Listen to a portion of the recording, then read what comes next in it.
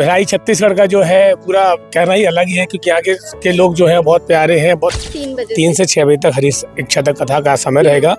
नमस्कार, आप देख रहे हैं सीजी भास्कर। मैं हूं आस्था तिवारी। अभी मैं मौजूद हूं भिलाई के जयंती स्टेडियम में, जहां हनुमान कथा सुनाने के लिए आ रहे हैं पंडित धीरेन्द्र शास्त्री। 25 से लेकर 29 तक की कथा होगी। 27 तारीख को बिल्कुल मत भूलिएगा, क्योंकि दिव्य दरबार लगने वाला है और लोगों का आना जाना तो अभी से शुरू हो गया है। पूरी तैयारियां आप देख सकते हैं कि किस तरीके से पंडाल लग चुके हैं, स्टेज सज चुका है, सब कुछ लगभग तैयार है। अब बस लोगों को इंतजार है कल का, क्योंकि कल से कथा शुरू होने वाली है। अब आपको मिलाते हैं नितेंद्र चौबे, जो कि पंडित जी के साथ ही रहते हैं। अब आपसे जानना चाहेंगे भिलाई आकर आपको कैसा लग रहा है। जय श्री राम, जय बागेश्वर धाम की।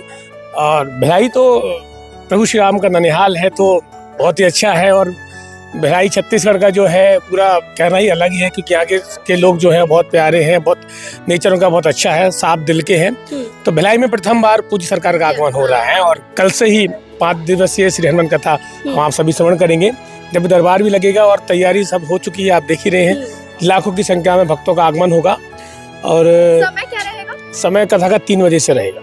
3 से 6 बजे तक हरी इच्छा तक कथा का समय रहेगा। और इसके पहले दिव्य दरबार भी, एक दिन का दिव्य दरबार भी होगा 27 तारीख को सुबह दिन में 12 बजे से स्टार्ट होगा। उसका फिर भी कथा होगी। व्यवस्थाओं को लेकर आप क्या कहना चाहेंगे? देखिए, व्यवस्थाओं को लेकर तो हर जगह व्यवस्था ही बिल्कुल दिव्य भव्य होती है। यहाँ भी वैसी व्यवस्था की गई है कि सर्दी का भी मौसम है, तो जो भक्त आ रहे हैं उनको कोई ऐसा नहीं कि ठंड भी हो, तो ठंड के लिए अपने कंबल की व्यवस्था भी की है।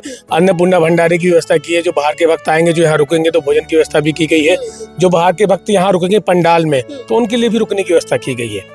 और 3 पंडाल लगे हुए हैं। करीब 1 लाख भक्तों की व्यवस्था की गई है। तो और ये छत्तीसगढ़ आमतौर पे 1 लाख से ज्यादा तो है। ये तो देखिए सभी सनातनी हैं एक साथ। बिल्कुल।